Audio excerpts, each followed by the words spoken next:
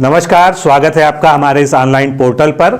हम लोग जो है ब्रांचेज ऑफ साइंस पढ़ रहे थे, जिसमें कल हम लोगों ने आधा समाप्त कर लिया था। 215 कुल हम लोग को जो है ब्रांचेज और उससे रिलेटेड टर्म्स को इसमें पढ़ना था। अगर आपने रिवाइज कर लिया होगा पिछला वीडियो तो आपको जो है वो चीज़ें याद हो गई होंगी। जिन लोगों ने वीडियो नहीं देखा है वो जरूर देख लें, क्योंकि बहुत ही इंपॉर्टेंट है और इससे एक क्वेश्चन जो है प्रायः हर एग्जाम में पूछा जाता है। तो चलिए स्टार्ट करते हैं हम आज का सेशन।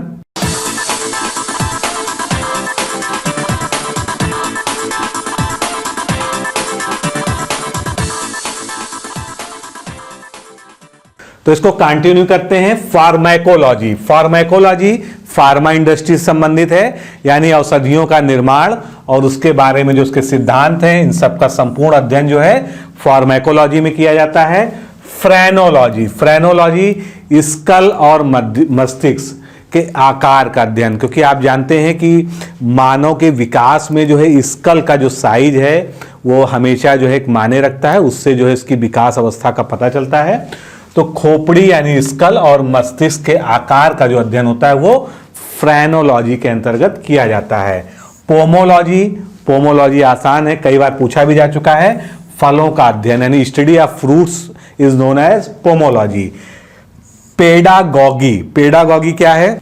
अध्यापन विधा यानी टीचिंग टेक्निक का अध्ययन इसके अंतर्गत किया जाता है, तो इसको हम कहते हैं पेडागॉगी। पेडालॉजी मिट्टी का अध्ययन यानी study of the soil is known as pedology.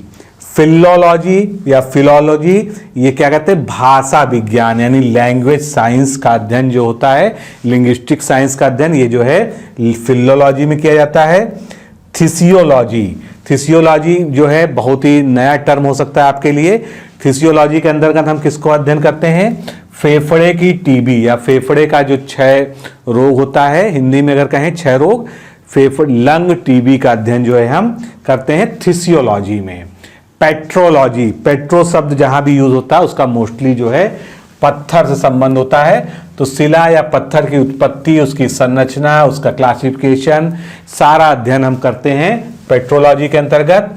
Posology औषधि की मात्रा के प्रयोग का अध्ययन जो है पोसोलॉजी के अंतर्गत करते हैं कि कितनी मात्रा में औषधि दी जाती है, तो ये इसमें आता है, पोसोलॉजी में आता है। फोनेटिक्स यानी स्वर विज्ञान, तो स्वर की ध्वनियों और इनके उच्चारण का जो अध्ययन होता है वो फोनेटिक्स के अंतर्गत किया जाता है। प्लाज्मोलॉजी, तो इसमें प्लाज्मा शब्द जुड़ा है, यानी ये कुछ ना कुछ जो है हमारे कोशिकाओं से संबंधित है, यानी the study of protoplasm by microscopy and other mini imaging modalities is known as plasmology. Palaeology प्राचीन शिलालेखों का अध्ययन, प्राचीन शिलालेखों का अध्ययन जो है, और शिलालेखों के साथ ही जो है जितनी भी प्राचीन सामग्रियां हैं जो मानव सभ्यता से जुड़ी हुई हैं विशेषकर, उनका अध्ययन किया जाता है पैलियोलॉजी में। फोटोलॉजी, फोटो शब्द जुड़ा है यानी प्रकाश से संबंधित होगा, यानी प्रकाश का अध्ययन क्या कहलाता है? फोटोलॉजी। साइकोलॉजी, साथ में जब दो प्रजातियां होती हैं एक साथ, तो उनके बीच जो है जो पारिस्थितिकी तंत्र स्थापित होता है उसका अध्ययन हम करते हैं किसमें? सिनिकोलॉजी में। फिर सौरोलॉजी पूछा जा चुका है, इंपॉर्टेंट है। सौरोलॉजी के अंतर्गत छिपकलियों का अध्ययन किया जाता है। टैक्सोनॉमी वर्गीकरण का विज्ञान, अगर हम सीधे कहें तो the science of classification is known as taxonomy. Hindi में समानता एवं असमानता के बीच आधारित पौधों का वर्गीकरण का अध्ययन जो है क्या कहलाता है? टैक्सोनॉमी, यानी taxonomy is the classification of plants. त्वचा विज्ञान यानी डर्मेटोलॉजी, तो हिंदी में मैंने लिख ही दिया है, इसका मतलब क्या है? स्टडी ऑफ स्किन साइंस, यानी त्वचा का पूरा इसमें अध्ययन होता है। रक्त नालिका विज्ञान, इसको इंग्लिश में हम क्या कहेंगे? एंजियोलॉजी, यानी जितनी भी रक्त वाहिकाएं हैं, जो हमारी ब्लड वेसल्स हैं, उसका जो पूरा सिस्टम है उसका जो अध्ययन किया जाता है वो एंजियोलॉजी के अंतर्गत किया जाता है। नेफ्रोलॉजी, नेफ्रॉन शब्द हमारी किडनी से जुड़ा है, वो उसकी यूनिट होती है, तो नेफ्रोलॉजी के अंतर्गत जो है किडनी का अध्ययन किया जाता है। पक्षी विज्ञान, ऑर्निथोलॉजी, इसके अंतर्गत पक्षियों का अध्ययन किया जाता है। कुछ टर्म जो है यूज हो रहे हैं, जो हम लोगों ने कल के वीडियो में पढ़े थे, वो रिपीट हो रहे हैं, लेकिन रिपीट होना भी अच्छी बात है, आपको जो है रिवीजन होता रहेगा। पैलिएंटोलॉजी यानी जीवाश्मों का अध्ययन, स्टडी ऑफ फॉसिल्स, फॉसिल्स का अध्ययन जो है क्या कहलाता है, पैलिएंटोलॉजी कहलाता है। एंटेमोलॉजी कीटों का अध्ययन यानी study of insects. Serpentology study of snakes यानी सांपों का अध्ययन किसके अंतर्गत हम करते हैं, सर्पेंटोलॉजी के अंतर्गत करते हैं। भूकंप विज्ञान को हम क्या कहते हैं, सिस्मोलॉजी कहते हैं यानी भूकंपों का अध्ययन। फाइकोलॉजी,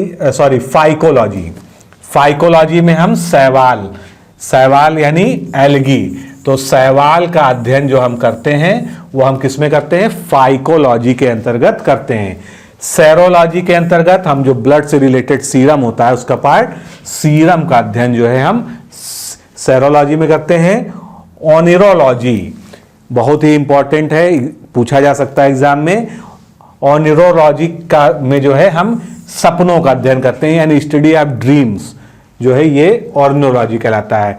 पारिस्थितिकी या इकोलॉजी, तो सजीव और निर्जीव वातावरण के बीच जो इकोलॉजिकल संबंध है, जीवों के साथ संबंध है, उसका अध्ययन हम इकोलॉजी में करते हैं, जिसको हम पारिस्थितिकी कहते हैं। आकार की यानी मॉर्फोलॉजी, किसी भी चाहे वो प्लांट हो चाहे एनिमल हो, उसकी जो बाह्य आकृति और संरचना है उसका अध्ययन किसमें हम करते हैं, मॉर्फोलॉजी में। और इंटरनल स्ट्रक्चर, अगर आंतरिक संरचना का अध्ययन हो तो किसमें करेंगे, एनाटॉमी में। फिर अब आकार की के जो है कुछ रूप है, इसको हम पढ़ते हैं बाह्य आकार की, जिसको हम कहते हैं एक्सटर्नल मॉर्फोलॉजी, यानी आकृति, ताप, रंग और बाह्य लक्षणों का अध्ययन हम एक्सटर्नल मॉर्फोलॉजी में कहते हैं। एनाटॉमी जो मैंने आपको बताया, शरीर रचना का विच्छेदन द्वारा अध्ययन, यानी इंटरनल ऑर्गन्स का, इंटरनल स्ट्रक्चर का अध्ययन जो है हम इसके अंतर्गत करते हैं। औतिकी जिसको हम हिस्टोलॉजी के नाम से जानते हैं, ये क्या होता है, ये टिश्यूज का अध्ययन होता है, यानी ऊतकों का जो अध्ययन होता है वो क्या कहलाता है, हिस्टोलॉजी।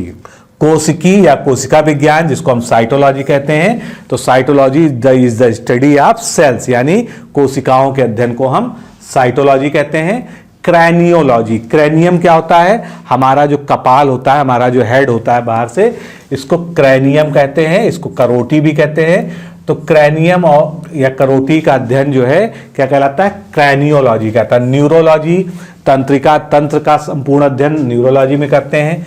सार्कोलॉजी या मायोलॉजी, दोनों टर्म एक ही चीज के लिए यूज होते हैं, सार्कोलॉजी या मायोलॉजी। तो मांसपेशियों का अध्ययन यानी study of the muscles is known as sarcology और मायोलॉजी, दोनों कह सकते हैं हम। हिमैटोलॉजी, हीम मतलब जो है जो ब्लड से रिलेटेड है, यानी रुधिर और रुधिर रोगों का, यानी ब्लड और ब्लड से जुड़ी हुई बीमारियों का अध्ययन हम हिमैटोलॉजी में कहते हैं। ऑस्टियोलॉजी में हमारे स्केलेटन सिस्टम यानी कंकाल तंत्र का हम अध्ययन करते हैं। एंजियोलॉजी, एंजियोलॉजी यानी जो हमारे शरीर का सर्कुलेटरी सिस्टम है, जिसमें blood vessels, artery, valve, heart भी इसी के अंतर्गत आता है, यानी जो पूरा सर्कुलेटरी सिस्टम है इसका अध्ययन हम जो है एंजियोलॉजी के अंतर्गत करते हैं। ओडांटोलॉजी, दांतों का विज्ञान ओडांटोलॉजी कहलाता है। ऑर्गेनोलॉजी, अंग विज्ञान यानी शरीर के अंगों का अध्ययन ऑर्गेनोलॉजी कहते हैं। सिंडेस्मोलॉजी, जो हमारा कंकाल तंत्र है, स्केलेटन सिस्टम है, इसमें दो हड्डियां जो है किसी न किसी ज्वाइंट से जुड़ती हैं, तो कंकाल संधियों और स्नायुओं यानी लिगामेंट्स, इन सब का अध्ययन जो है क्या कहलाता है, ये सिंडेस्मोलॉजी कहलाता है। कैरियोलॉजी, कैरियोलॉजी जहां भी कैरियो शब्द लगा हो यानी इसका मतलब क्या होता है, केंद्रक या न्यूक्लियस। तो केंद्रक का अध्ययन यानी सेल की जो है, कोशिका की जो केंद्रक होता है, न्यूक्लियस होता है, उसका अध्ययन जो है कैरियोलॉजी में कहते हैं। एंडोक्राइनोलॉजी यानी जितने भी हमारे एंडोक्राइन ग्लैंड्स हैं, अंतःस्रावी ग्रंथियां हैं, उनका अध्ययन हम एंडोक्राइनोलॉजी के अंतर्गत करते हैं। कार्य की, जिसको हम फिजियोलॉजी कहते हैं, तो शरीर की कार्य की विधियां, रचना, इन सब का अध्ययन हम फिजियोलॉजी के अंतर्गत कहते हैं। टेक्टोलॉजी, शरीर के रचनात्मक संगठन का अध्ययन जो है हम टेक्टोलॉजी के अंतर्गत करते हैं। इथोलॉजी क्या होता है, जंतुओं के व्यवहार का अध्ययन, जिसको हम इथिक्स, अगर इसका अगला टर्म हम ले जाए तो इथिक्स यानी नीति शास्त्र। तो जंतुओं के जो व्यवहार का यानी ह्यूमन बिहेवियर का अध्ययन जो है हम इथोलॉजी में कहते हैं। भ्रौणकी या एम्ब्रियोलॉजी, पूरा एम्ब्रियो के बनने से एम्ब्रियो के डेवलपमेंट का जो पूरा अध्ययन होता है वो इसमें एम्ब्रियोलॉजी में कहते हैं। ऑन्टोजेनी, जीवन वृत्त का अध्ययन, या किसी भी, चाहे वो मनुष्य हो चाहे कोई कीट पतंगा हो, किसी का भी अगर हम लाइफ साइकिल का पूरा अध्ययन कर रहे हैं तो वो किसके अंतर्गत आता है? ऑन्टोजेनी के अंतर्गत। फिर फाइलोजेनी उसी से रिलेटेड है, जाति के उद्विकास का अध्ययन, कोई भी स्पीसीज है उसका इवोल्यूशन किस तरह से हुआ है, उसके जो है पुराने पेरेंट्स कैसे थे, उसके बाद जो है धीरे धीरे उसका किस तरह से इवोल्यूशन हुआ है। तो किसी भी स्पीसीज का जो इवोल्यूशन होता है, उद्विकास होता है, उसका अध्ययन हम फिलोजेनी या फेलोजेनी के अंतर्गत करते हैं। टैक्सोनॉमी, ये कल भी हमने पढ़ा था। तो स्टडी ऑफ क्लासिफिकेशन या science of classification is known as taxonomy. Teratology, उपार्जित लक्षणों का अर्जन। उपार्जित लक्षण क्या होते हैं? जो हम अपने पेरेंट्स से नहीं ग्रहण करते हैं, स्वयं अपने जीवन काल में ग्रहण करते हैं, तो ऐसे लक्षण क्या कहलाते हैं? उपार्जित लक्षण कहलाते हैं। तो उपार्जिकी कहते हैं इसको हिंदी में, और उपार्जित लक्षणों के अध्ययन को हम टेराटोलॉजी कहते हैं। और उपार्जित लक्षण, इसके लिए ट्रेट्स वर्ड भी यूज होता है। लक्षण जो है जीवाश्मिकी या पैलिएंटोलॉजी, तो जीवाश्मों का अध्ययन इसके अंतर्गत। जेनेटिक्स में जो है जीवों की अनुवांशिकी, यानी एक पीढ़ी से दूसरी पीढ़ी में जो लक्षणों की वंशानुगति होती है। जू जियोग्राफी यानी पृथ्वी पर जंतुओं के वितरण का संपूर्ण अध्ययन। सुजननिकी यानी यूजेनिक्स, अनुवांशिकी के सिद्धांतों को अपनाकर यानी जेनेटिक्स की मदद से मानव जाति की उन्नति करना, मानव जाति को जो है अधिक विकसित करना, जो है ये यूजेनिक्स में होता है। अब यूजेनिक्स से ही रिलेटेड शब्द है यूथेनिक्स। यूजेनिक्स में हम क्या करते हैं? उसमें हम जेनेटिक लेवल पर सुधार करने की कोशिश करते हैं, जीन्स में छेड़छाड़ करके। लेकिन यूफेनिक्स में क्या है? पालन पोषण के द्वारा मनुष्य जाति की उन्नति, यानी वातावरण ऐसा दीजिए जिससे जो है मनुष्य के में जो है बदलाव आ सके, उन्नति कर सके वो। तो वातावरण के बदलाव, पालन पोषण के द्वारा मानव जाति के जो विकास का अध्ययन है वो हम यूथेनिक्स में करते हैं। यूफेनिक्स अभी पीछे भी आया था, कोशिकाओं में जीन और प्रोटीन इन सब की संरचनाओं को चेंज करके यानी जेनेटिक लेवल पर बदलाव करके मानव जाति यानी ह्यूमन स्पीसीज का डेवलपमेंट करना। रेडियो बायोलॉजी या एक्टिनोबायोलॉजी, तो रेडियो बायोलॉजी या एक्टिनोबायोलॉजी क्या है? जीवों पर रेडिएशन के प्रभाव का अध्ययन। विभिन्न प्रकार के रेडिएशन जैसे X rays, gamma rays, ozone, किसी भी तरह की रेज है उनका जो अध्ययन होता है, उसका जो इफेक्ट देखा जाता है वो रेडियो बायोलॉजी या एक्टिनोबायोलॉजी के अंतर्गत करते हैं। फिर परजीविकी या पैरासिटोलॉजी, तो इसमें पैरासाइट्स का अध्ययन करते हैं। पैथोलॉजी में रोगों की प्रकृति, लक्षण और उसके कारणों का अध्ययन हम करते हैं। आगे ट्रॉफोलॉजी, ट्रॉफिक मतलब क्या होता है? पोषण। तो ट्रॉफोलॉजी यानी पोषण का विज्ञान, study of nutrition is known as trophology. विष विज्ञान यानी टॉक्सिकोलॉजी, तो इसमें जितने भी टॉक्सिन्स हैं उनका जो है जंतुओं के शरीर पर क्या प्रभाव पड़ता है उसका टॉक्सिकोलॉजी में अंदर करते हैं। वायु जीव विज्ञान यानी एरोबायोलॉजी, जितने भी उड़ने वाले जंतु हैं जो हवा में रहते हैं उनका अध्ययन जो है एरोबायोलॉजी में कहते हैं। लिम्नोलॉजी, तालाब, पोखर, झील, इन सब का अध्ययन जो है, जितनी भी स्वच्छ जल के जो है स्रोत हैं उनका अध्ययन जो है लिम्नोलॉजी में आता है। एंजाइमोलॉजी, एंजाइम्स के अध्ययन। प्रोटोजोलॉजी, इसमें प्रोटोजोआ का अध्ययन। हेलमिन्थोलॉजी, तो परजीवी जो कृमि होते हैं जो हेलमेंथिस ग्रुप में आते हैं उसको हम हेलमेंथोलॉजी के अंतर्गत पढ़ते हैं। एंटोमोलॉजी में कीट पतंगों का, इंसेक्ट्स का अध्ययन। इक्थियोलॉजी में मछलियों और मछली पालन का अध्ययन। हर्पेटोलॉजी में यानी सरीसृप विज्ञान, रेंग के चलने वाले जो जीव जंतु होते हैं उनका जो है यानी उभयचर और सरीसृपों का अध्ययन जो है हम करते हैं हर्पेटोलॉजी में।